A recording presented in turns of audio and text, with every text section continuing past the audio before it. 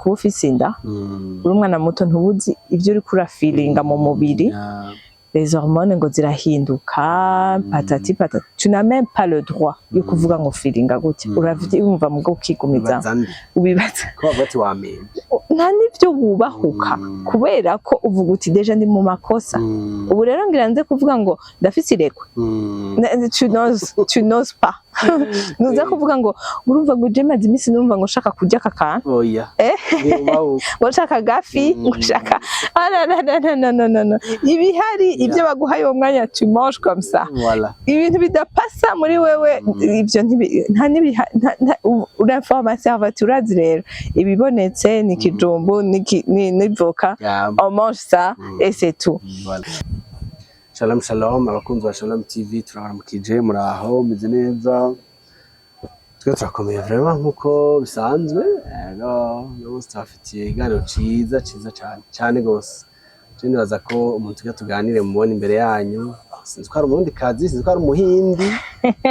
abonye ibintu by'imishatsi vraiment twokanguka to reka tuve kaze atwidondore. Murakoze cyane abakunzi ba Shalom TV ndabaramukije amahoro y'Imana abane namwe aho muherereye hose ndamuramukije na Olivier ari nyuma ya kamera. Cyane sinzi ko twidondora katubwira utwagute n'ibindi wumva mu biri hafi. Alors je nitwa Madame Ghislaine ndubatse kandi ndi umumama w'abana bane ndi umukristo ego kandi ndi épanoui merewe neza no kuri ndashima Imana aho turi hameze neza ikirere kimeze neza turashima Imana no kuri. Voilà. Bon je kintu nkunda kubwira abakobwa canke abahungu c'est vraiment à 18 ans ntwaye inda c'est là où j'ai réalisé 18 ans benshi batubwira ngo tu es majeur. Bon sinzi wabikizanye ico kintu ico ciyumviro sinzi wakizanye sinzi ko ari leta canke ariko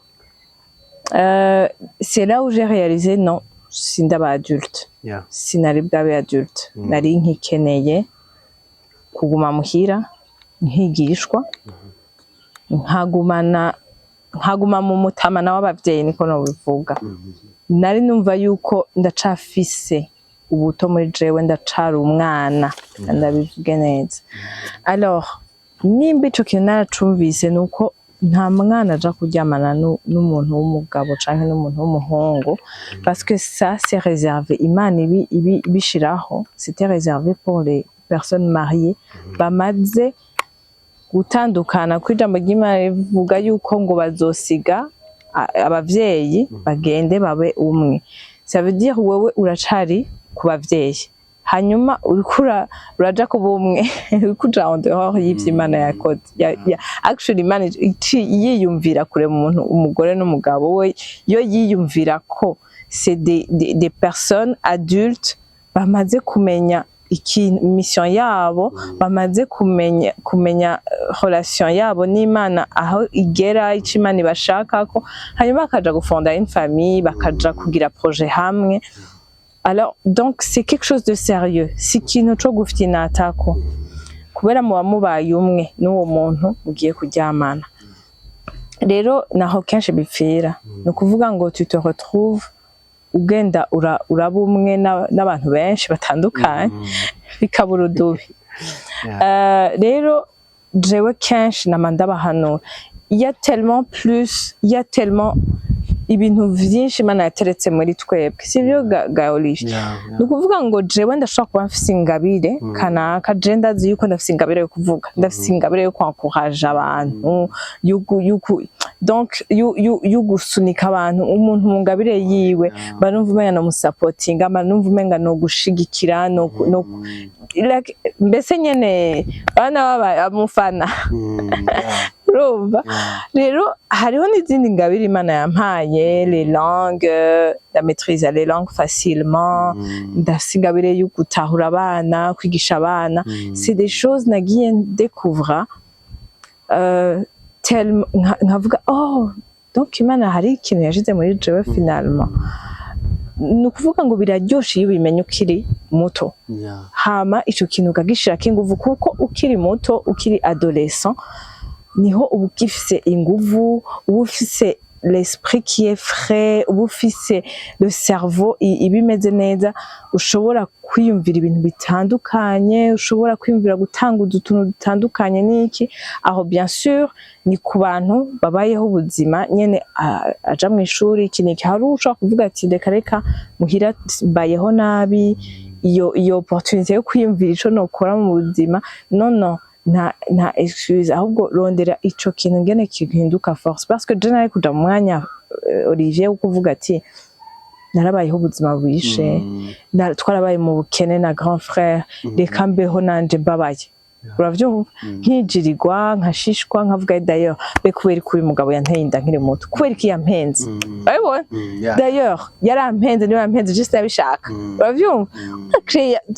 on peut être des victimes, on peut créer ibibazo aho bitari ou alors tu peux décider yo guhaguruka ukavuga mana urashobora kunkoresha malgré ivyo naciyemo hari ikintu nagiye ntahura uko nagiye ndegera Imana uko nagiye ndinjira mu isengero nkavuga ati mana mganiriza nko kuganiriza abandi mana mvugisha bya vrai j'ai une place mwishengero nk'abandi est-ce que ndafise une place dans ce monde je peux apporter quelque chose de positif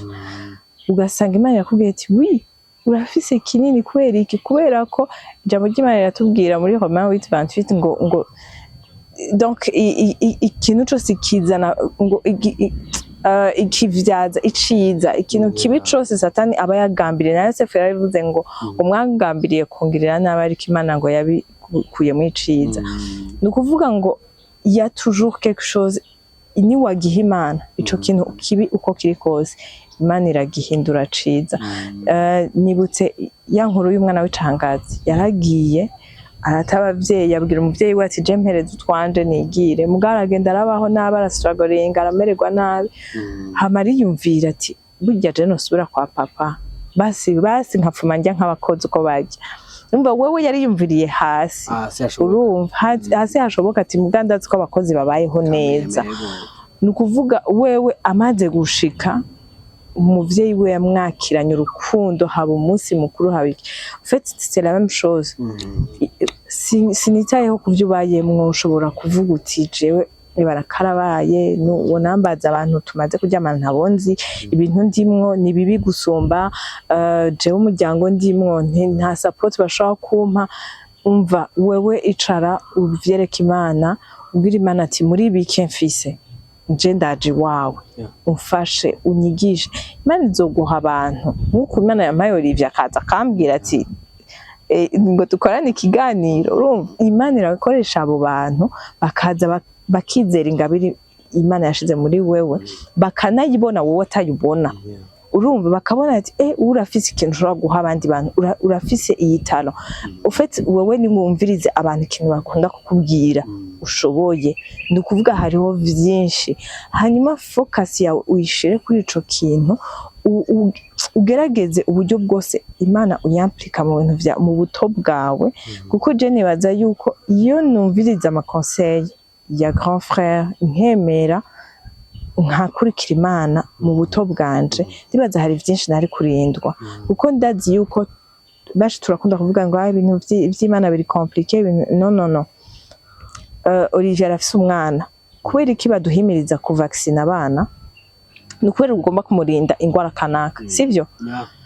donc nimba wizeye ko iyo vaccine izokora ikamupreserva kugwara rubéole canke ngo ubukangwe canke ikiniki kandi ugenda urishuha kandi arababara arashuha ukarara wicaye donc nukuvuga ngo rya jambo ry'Imana no gusenga sivyo ni vaccine witeye mu buto bwawe hamuvuga ati Imana izopreserva kuri ibi bibi byari kunshikira ni Jean uvuga ati Imana je nshaka kwitera vaccine hari ibintu bibi ntazi bindindira imbere satani ashaka kunteza hari bigeragezo hariho usambanyi hariho même n'amaka de viol harahari hari no uvuga ati je usambanyi nabugiyemo ntabashaka barafashe ku ngufu ntwarinda hari ibintu Imana ishobora kugupreserva hahandi wabaye wayemereye rero abantu benshi ndababwira ati emerera Imana ize mu buzima bwawe kuko jewe uyu ndiwe uno munsi hamwe ushobora kuvuga Olivia Kambonamo ngo uyu n'umudamu ari stable n'umudamu yashoboye kubaka yashoboye guhindura témoignage yiwe une force ifasha abandi bantu c'est que nemereye umuntu witwa Yesu araza mu buzima bwanje arambwira ati tu sais quoi tu es une femme exceptionnelle urashobora gutanga ikintu hano mwisi malgré ivyo waciyemo urumva ni kuvuga ngo Imana ntitaye kuri passé yawe ariko irikira aba future yawe ni kuvuga ngo future yawe utangura kuyubaka uno munsi ntuzi dans 10 ans hawe ntuzi dans 5 ans hawe mugo utangura kuhubaka uno munsi ni kuvuga iki jewe ahanini Olivier mvuga ati nimba ndiko ndavyara abana nimba fise aba niece n'aba neveu nimba fise une génération iza inyuma yanje ntifuza ko bazoca muri ivyo bintu il faut que jewe ngira ico nkoze kugira ngo bamenye ukuri bamenye ngo umva ubwo busambanyi urimo ni uburyohe bw'umwanya muto mais les conséquences mana yanje urazibamwo ibintu uvuga uti Mana ndaregreta mbabarira ibi bintu nabigiyemo sinzi impamvu nabigiyemo etu ikindi naco nuko benshi bobo bavuga je ndazi ubwenge hasigaye hari ama contraceptif jewe ndikingira canke nditeza inshinge kuko je ntanda nzotwara sivyo mugabo à quoi bon konona ubuto bwawe au lieu de mettre cette énergie mu kintu Imana yaguteguriye kubamo kuko nta kintu kintera ubwoba nka Olivier umunsi nopfa Imana ikansohorera film y'ibintu nari gushobora gukora uravyumva nari gushobora gushikako Imana ikambwira ati urazi ndakurema actually nari nateguye ibi nibi mugabo wataye umwanya muri ibi ati mpore mwana Imana nzombwira ati mpore cyane mpore mwana wanje urumva birababaje ukavuga ati kumbe donc hajya nari mu birori hajya nari muri ibi nibi ego benshi baravuga amatama ngo kubaho ni rimwe ngo mafu ngo tubeho turyoherwe ngo mu kuzimu nta biriyo ma chère le paradis existe l'enfer existe cher ami rondera ubwami bw'Imana ukiri hano kugira ngo ntuzutangara umaze gupfa kuko ntituzi imyaka dufise ngaha alors investisse ubuzima bwawe wemere uvuga uti Imana je ndi ngaha fasha kumenya n'igiki wampamagariye gukora hano mwisi sivyo harabahamagariye kuba abafotographe haraba dessinateur danseuse nanana ariko iyo uzi ko Imana ibirimwo muri ico kintu uri kurakora kiragira impact vya bindi naho uvuga uti oh wow kandi biraflowing biroroha donc Imana igenda iguconnecta n'abantu bagufasha muri uwo muhamagaro cyangwa ukagira ama formation ukagira inyigisho nyene hari ibintu byinshi twarahiriwe ubuho hariho internet hariho des cours en ligne hariho ibintu byinshi je ndaba nkavuga ati ibi bintu byose biri accessible kuri twebwe hari même des formations ziba ziri gratuit hariho ama opportunité menshi dushobora guprofita kugira twungura ubwenge kugira twinvestisse mu kintu Imana yashize muri twebwe hanyuma tukaza guhindura isi positivement avec la main de Dieu harimo ukukiganza c'Imana hoho tu vas toucher des multitudes de personnes hako takaza umwanya wa muri ivyo bintu vy'isi then uzogera ahantu uzogira ubukwe bwawe muri l'âge adulte umaze kuvuga ati aha nimenye hamwe n'umuntu azogutwara mu rugo amenya ati ndatwaye umuntu ari exceptionnel canke n'uwo mugabo n'uwo muhungu umugore we akamenya ati jewe vraiment umugabo wanje ebana yaritahuye arafise hari karaja kandi nje kwifatanya na vision yiwe nje nzi umuntu antwaye ahantu hari karaja hanyuma tukajana mu nzira nta kintu kibabaje nk'abantu bafatana ari ugufyinata gusa it's a waste of time nugutakaza umwanya no kwicafuza urimva yuko Mana ibi bintu si byanje ndiko ndaba buzima bwishe ndiko nivyo wumva urivye abantu benshi babayeho ma depression abantu babayeho bavuga ngo jewe ndarandarira je ndabura itiro mu ijoro ndagira iki mais creuse fata umwanya wiyumvira uti Imana jewe ibintu ndimo nibiki mbohora muri ibi bintu mbohora mfasha nitandukanye n'ibi bintu hari n'ibintu bika muri wewe vyo mu miryango abantu bika bangiriye ibi ugasanga biriko biragusya muri wewe que nababwiye hariho abakozi b'Imana hariho nimuje mu masengero nimwemere kuja gusenga kuko nahandi hari nyishuvura je nabivuze nta wundi yangize gutya ni Yesu hanyuma akacaza akaguhagurutsa nawe ukabigikoresho ciwe wow asante sana sha amajambo nkayo umuntu yoguma yumva ndagomba umfatanye utu tubazo tubiri twarinda avant igihe nyaco co kuba mu rugo no kumenja nihe jambo wobwira umukobwa afise inda actually yatwaye inda kumva akiri umunyeshure canke andawore ya mariage bakoreka numva kino kiganiro la société burundaise irakoreka vraiment ko wamenje muri société turimo la culture yacu vraiment nukuri uba wamenje mu muryango uba wamenje n'abavyeyi jewe sindakubesha kuko n'umuvyeyi bayumva umenga ni déshonneur donc aragize urugo rwiwe donc ntiyareze umenga arabaye donc isoni iri kuri wewe bandi bantu ego kandi rero birakora ku mitima y'abavyeyi benshi hari abavyeyi peut-être ivyo bitabakora kavuga ati gito gitabwa iwabo nta kundi gumaha tuzogufasha kurera uwo mwana none tugire gute mugabo ofo nta muvyeyi numwe bihimbara nta muvyeyi numwe azokubwira ngo aravyakiriye neza ashobora kugira uwo mutima wo kuvuga ati ntawongera nirukane umwana wanje ahubwo reka ntaje ngaha nyene ndamwakire n'abandi bavuga ati catégoriquement tu pars de chez moi uragenda jewe ivyo ntibibaho ngaho iwanje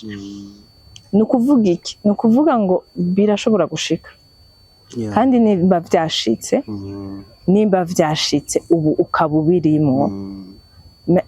ubu uye ndiko ndakubwira ndakwinginze izere Kristo kubera iki kubera ko hariho ihanga muri wewe hariho uruvyaro wavyaye utagomba kurukomunika uwo mubabaro ivyo ico caha ngo cirepete kuwundi mwana uzovyara aussi hariho wewe uwuri bakunda kuvuga ngo umuntu akiriho haracari vyizigiro umuntu akiriho haracari vyizigiro ariko c'est un choix Olivier umuntu ni wa décida je veux changer ndahagurutse uyu munsi ndagomba guhinduka sivyo nta wundi muntu azokumvisha je no kubwira imyaka musaza wanje yamaze ariko arampanura ambwira ubutumwa ariko umunsi umwe niho je nashoboye kudesida navuga ati urazi n'ikindi byane ariko arambwira ko ari vyari ivyo mugabo longtemps haraheze igihe tutanakiri kumwe ndi mu rugo niho nagiye kwakira agakiza mugabo tukiri kumwe naho yari gufata ikibanda kankubita hinduka ni byari kwinjira ni kuvuga ngo ya un choix ufata benshi ndababwira ati raba uwo mwana ari ngaho oya sivyo uvyaye ugomba kumuhiki ugomba kumukomunika iki nk'umuvyeyi wiwe hariho decision dufata ahanini kubera abana bacu nka jewe ndiko ndavyara abakobwa sivyo kabiri navyaye abakobwa hariho impinduka mbwizwa kuvuga ati aha jewe ntahindutse niyihe exemple ndiko ndereka abana banje urumva mbega jewe umuvyeyi nifuza ko abana banje bobona ni ameze gute yiyumvira gute akora gute yambara gute uravyumva kugira niyakura eske azokura ameze gute urumva ahanini nico kintu ndiko ndabwira uwo muvyeyi uwo mukobwa afise inda ndakwinginze uyumvire ivyawe ubanze ubishire ku ruhande ariko umutima wawe ushire kuri uwo mubebe ugo ruhinja n'umugisha après tout sivyo peu importe uko yavutse peu importe Imana ishobora kumukoresha mu buryo budasanzwe Imana ishobora kumugira umuntu adasanzwe nawe ukibaza ati hajya naca muri ibi iye kumbe hari kuvamwo umuntu nk'uyu nukuri ntiwiganyire ushobora kuba none bakora imvira kubikurayo iki yo jewe aho navyiyumvira naravye abantu bakomeye bamaze gukora ibikomeye hano mw'isi sivyo ushobora kuvuga ba Bill Gates ushobora kuvuga ba Elon Musk abantu nyene tubona ati na milliardaire bamaze gukora ibintu nyene natwe gwe tuvuga ati wow uwo muntu ni mu innovateur kabisa yariyumviriye iki kintu ko tugikeneye kandi twese des milliards de gens ngaha kwinosi bakagikoresha tukabona ati twari dukeneye nk'iyi ntebe umuntu yariyumviriye ati turakeneye gushirako akuduha umuntu agashirako amaboko akamera neza urumva hari abantu abona rero ukiyumvira uti none umuvyeyi wiwe yakorora iyo nda uwo muntu twari kumuronka mw'isi sivyo nkiyumvira abakozi b'Imana ntitwiyumvire gusa dans le sens y'aba innovateur hari n'abakozi b'Imana nka Kristi Kumana par exemple turamubona akoresha ibikorane byaba ibihumbi n'ibihumbi by'abantu atari no ngaha mu Burundi gusa no mu bihugu bakavuga ati hari umurundi ariko arakora ibitangaza sivyo nkaca niyumvira none nk'umuvyeyi wiwe uyu munsi ariko aramubona yari gupfa yariyumviriye ko umwana we yovamo ikintu nk'ico igikoresho c'Imana nk'ico sivyo rero c'est dans ce sens je mpora niyumvira je nama niyumvira ati Mana jewe je choisis de te faire confiance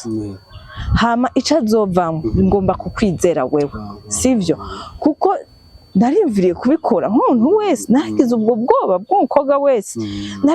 narahungabanye nkavuga ati simbona ico nzomuha simbona ico nzomugaburira hari ibihe byaba bigoye sindakubesha Olivier hamukopesha n'agafuka 2000 akarobo ubasikore n'akantu k'agasosi nyene kadafashe ngo wumve ko wamuhaye ikintu sinobabesha vraiment sinobabesha ivyo bihe birahari biragoye uzobicamwo mugabo imvura iragwa ariko irahita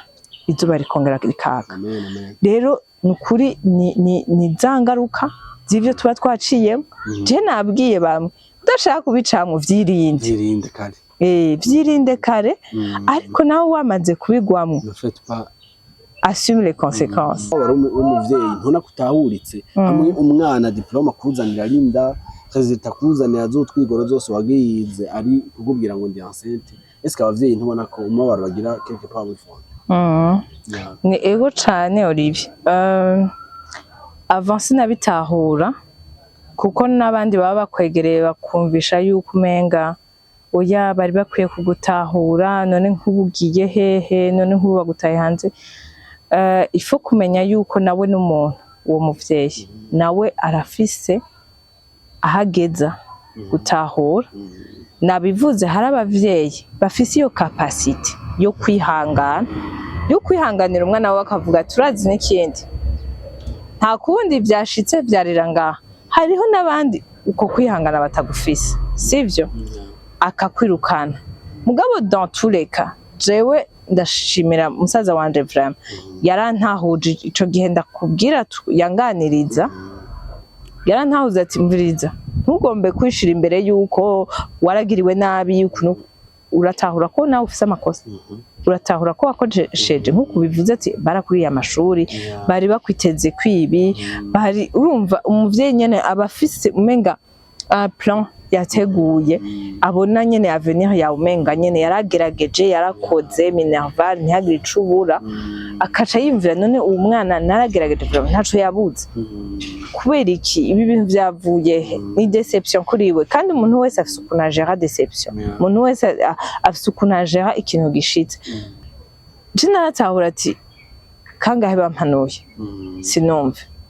ni kuvuga ngo ivyo ndiko ndaviva narabirondeye quelque part hariho une vérité tuba tudashaka kwemera Olivier hariho une vérité ugomba kwerekana umenga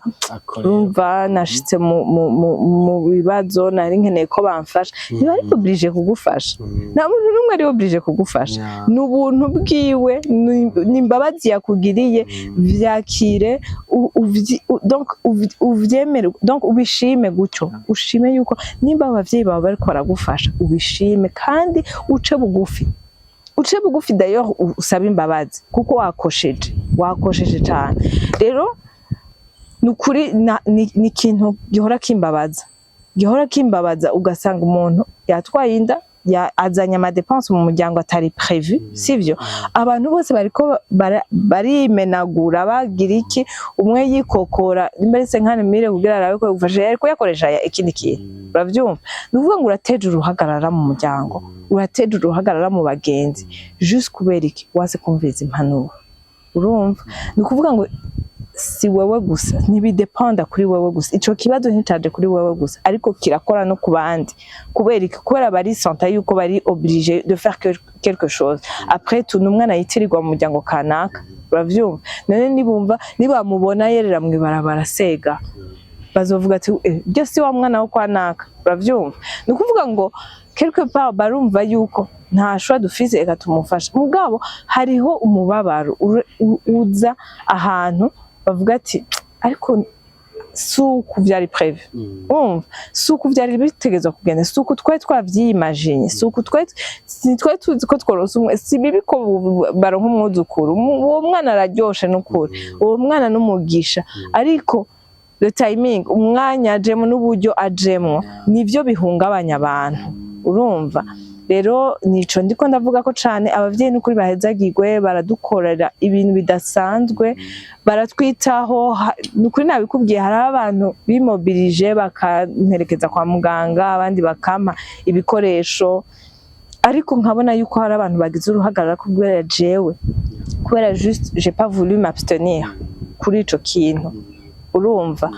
rero nimba ushoboye kwihanganira ico caha kugira wirinde guteza ibibazo ku buzima bwawe kuri future ya no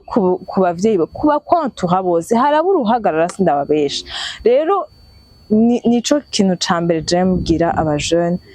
fais-le pour toi pour ton avenir pour tes parents pour ta famille pour tes amis hanyuma hazogera igihe nyaco kibereye Imana yashinze aho uzoronka urwo ruvyaro rwawe mu buryo buryoshe mu buryo twishimira twese mu buryo na wewe wishimira wumva ko atasoni sindakubesha haba hari mwisoni actually ni bonne nouvelle gukikira kwibungenga c'est une bonne nouvelle mugabira bababaje iyo uca mwibarabara wibungenza ukagenda winyegeza ukambara impuzu umirinda udashaka nukuvuga ngo ico kintu kije neza urumva n'uwo mwana ari mu nda arabisanta yuko ntaje kunzwe atangura kumva hoje akiri mu nda atangura kumva yanswe akiri mu nda yuko ntakunzwe kubera iki waje kubera utangura kumuhisha rero urumva hariho impact ku bintu byinshi ku buryo nimba ushobora kubyirinda ivyo bibi byose ndiko ndakwereka ngandi ndiko ndagusasira ngandi ndabikwereka byirinde hakiri kare bwira Imana utimfasha ndiko ndumva ibi bintu bindimwo ndiko ndumva ko ibi bintu ndiko ndabisanta ndabishaka ubwo busambaye buri muri jewe ariko hari Imana iri hejuru ya byose hari umwami Yesu Kristo yadupfiriye ku musaraba avuga ngo ibyaha byose yaravyikoreye arabibambirwa ku musaraba kugira twe tube free ni ukuvuga ngo wiki kuganza hari umuntu yakubiswe arababazwa aja ku musaraba ku bwawe ni ukuvuga ngo nticari gikwiye kukuganza niwe wari ukwiye kukiganza ukabwira umubiri wawe tumviriza ceceka c'est pas le moment kandi hariho umwami Yesu Kristo yabambwe ku musaraba kubw'iki caha rero ndagomba kubaho ndi free ndagomba kumva ko umubiri wanje uri aligné n'ubugombe bw'Imana ntashobora kubaho mon adolescence nzi neza ko ndi mu Mana nzi neza ko ndi mu bugombe bw'Imana nzi neza ko ndiko ndakorera Imana nzi neza ko ibintu donc shobora kubaho ubuzima bw'Imana sivyo sindiko ndanka yuko bidashoboka yuko hari abadolescents bo baho ubuzima bwejeje buri sanctifié bwo kwirinda ivyo vyaha birabaho birashoboka ariko ahanini isunga Imana ihe Yesu azobigufasha kandi azogushikana kuri ico cifuzo ego nivyo umuntu yotahura abavyeyi ego nivyo umwana bamenje ego nivyo umwana abakudesevye none vraiment twava dutahura abavyeyi burundu ko nyifato bafata hari 100% good nta rimwe begizagera kuko urumva ari abavyeyi je mpano numva niyo umwana ari korokeje mu kanwa ati ndi enceinte natwaye bashangira abanza kuzana ibiziriko akamuboha agakubitwa bavyumva ati wamenje hanyuma agaterera hanze akagira iki mbega ko bavuga ngo ishavu ry'umuvyeyi ririrwa ntirirara none abavyeyi bobo tino trouve pas ko hari igihe abavyeyi begizagera tino trouve pas ko uwo mwana nivyo yamenje bwabo ni gute basi bo mwakompanya muri ko kumenja bejo mutamwibarabara hanyuma agahuriyeho n'isanganya agatakarana n'ico kibondo yarafise mu nda bwo nizo kubaza ubuzima bwawe bwose mbega nuko wagize imana ukabana musaza uvuga uti kameme yaranyiyokishe ejo utahanze hanyuma akavuga ati kanje nigira no mu bumaraya canke petete yari yagize yo kuhaje kudakuramo inda arayibwira abavyeyi hanyuma baramuhoje se abuze societe urabona yacu vraiment dushaka tangwa kujije umuntu kabisa nuko dukoca tangwa kujije umuntu ejo arabayehojete arabayijije petete akakura nivyo vyiyumvira ati reka manze ndayikureye cyo kibaza kwiki. Okay, ndakumva Olivier. Je mporanja mu mwanya wo kuvuga ati ikintu utarakibamwo biragoye kugitahura. Sivyo ga Olivier? Kubera ko jewe ndi umuvyeyi no munsi ndiko ndavyara abakobwa. Ahubwo je dans le sens ndiko ndavyumvamwo jewe biragoye ko nishira mu mutima wo muvyeyi tuvuga ngo ari extreme ngo yagize ibintu birenze kuko nabivuze abantu bose bafise uko batahura ibintu bakira ibintu rero muri uwo mwanya kugira umwumvishe akubwira ati jewe nuko c'est tout nta bindi munyumvishe uyu n'umwana wanje nije mugira mumfashe kurera umwana je n'ivyari aho rero hariho kote bingora kwinjiramo urumva kuko jewe sindabiviva ahubwo les parents bashoboye kubiviva peut-être nibo bazodufasha bofasha abandi ba parents kandi ikintu ca mbere novuga urukundo nirwo rusova umuntu si urwanko si kumukubita sivyo bisova umuntu jewe nico nama ndiko ndabwira abantu ce qui m'a donné le courage yo kurondera Imana n'urukundo jewe umusaza wanje yanyeretse ntiyigeze anyereka yuko ndi umuntu wo guheba et pourtant niwe yampanuye gusumba ngira n'abavyeyi niwe yanganiriza gusumba n'abavyeyi niwe yabona amafuti ndimwo gusumba n'abavyeyi donc niwe wa mbere yari gushobora kumbwira ati sina nakubari narakubari we ntiwumva wabibonye ibintu uzanye niwe wa mbere ariko irapafisa urumva nawe ni nkuko yambereye umuvyeyi muri uwo mwanya aja mu mwanya wo kutamblama kutanyereka tumvura igitabwa wamenje wagize iki nico kintu ca mbere cankundishije Imana nico kintu ca mbere canyeretse ati hariho abantu bagifise umutima hariho abantu nimba ari ikintu ca mbere umuntu yotanga n'urukundo urukundo ebana nico kintu ca mbere urumva kuko kumukubita kumwanka kumuteza isoni kumutamwibarabara sico kigira kimusove oya gusa nyene jewe impanuro ahubwo nashaka gutanga c'est pour les mamans abantu tuzi ko turiko turavyara twe abamama bakiri bato dufise abana bakiri bato ahubwo reka turabe ni za vaccin twavuga nihe vaccin ngira mpomwana kugira ndamurinde kuja muri ivyo bintu nihe vaccin nizihe mpanuro n'ibihe biganiro ngira mpe umwana wanje kugira ngo ibi bintu numva muri societe bigwiriye busambanyi drogue iki inzoga zinshi abana bajamo bakiri bato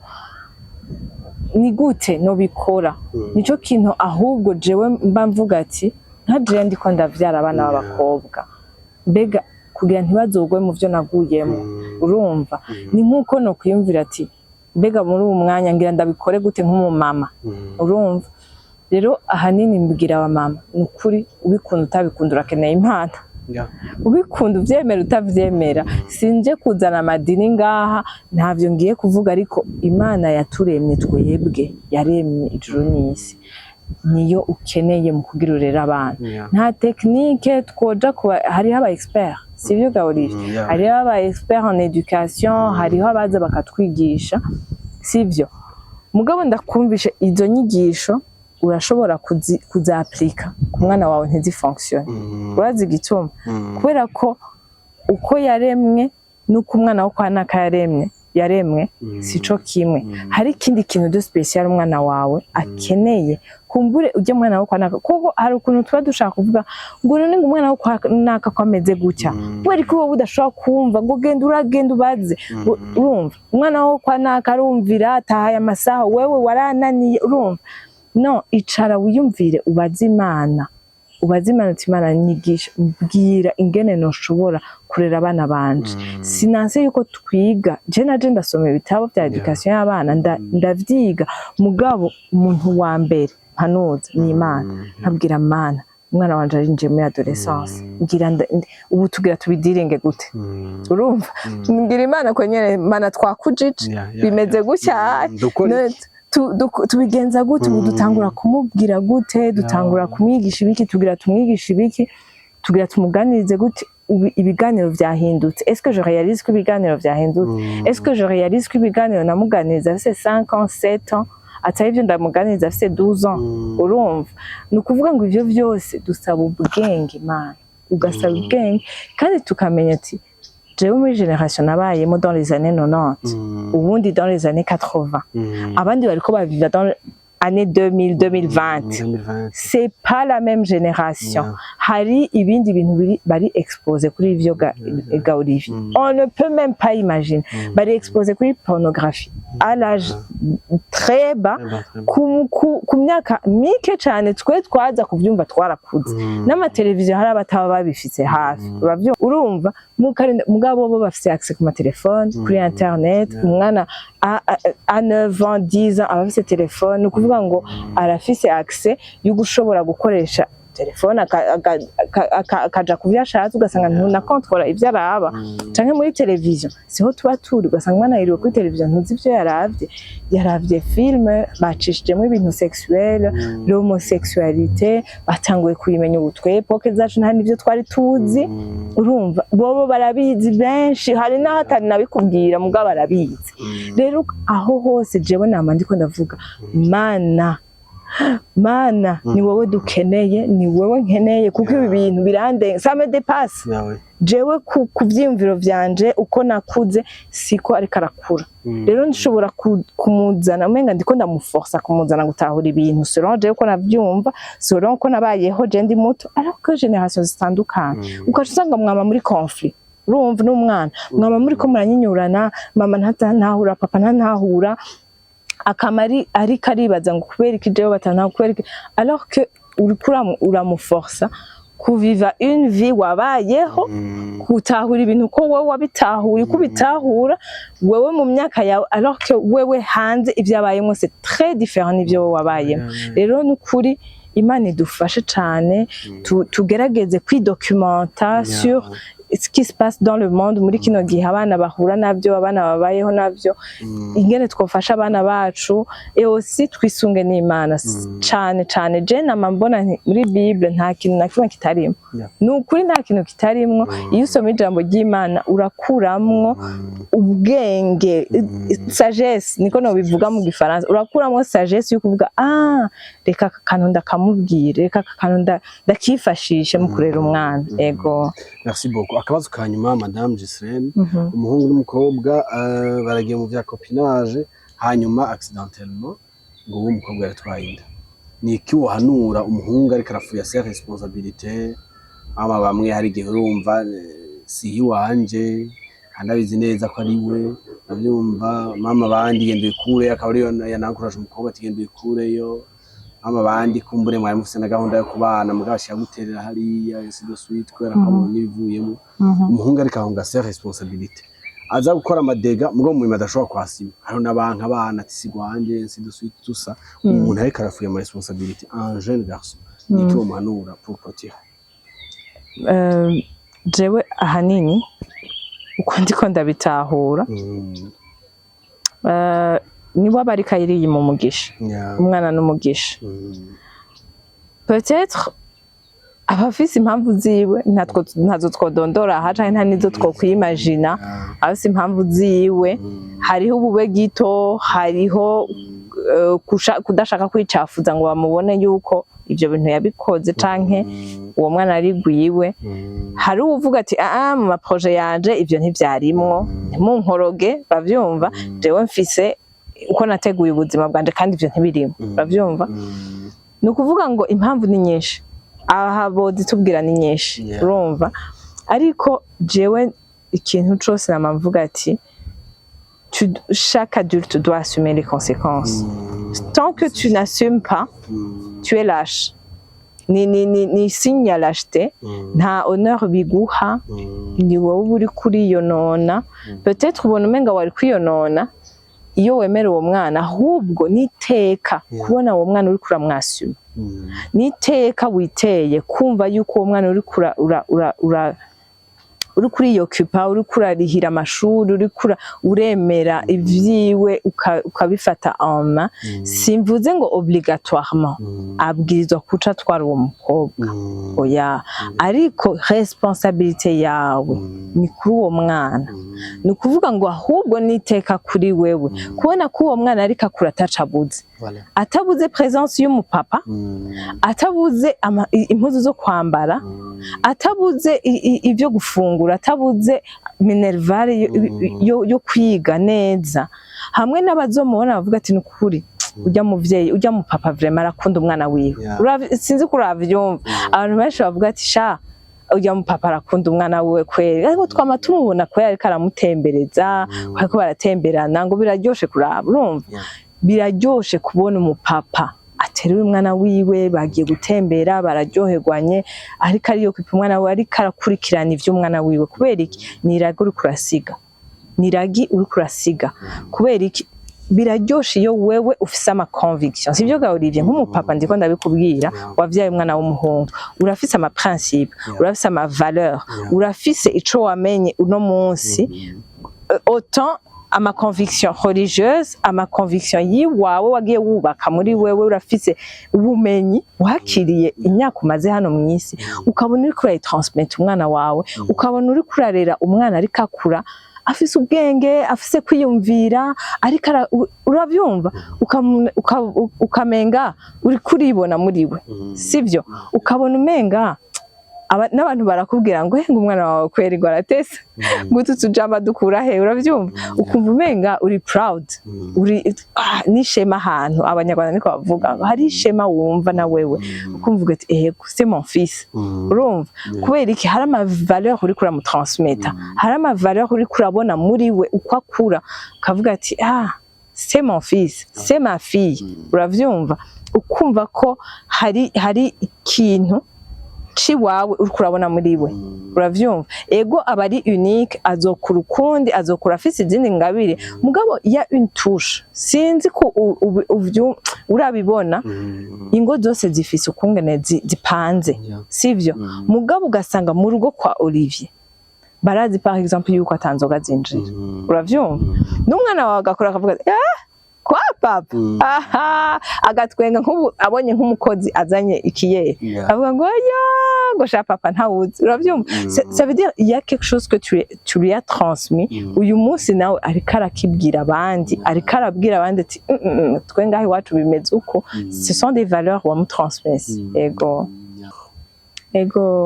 ico nohereza ko no gushimira Shalom TV gushimira Olivier kumpa akaryo ko gushobora gusangiza abandi bo muri runo runganwe bariko baraca mu bihe nk'ibi canke kugira ngo ndabafashe ntibazobicemwo abokenera contact yanje Olivier ushobora kuzoyibaha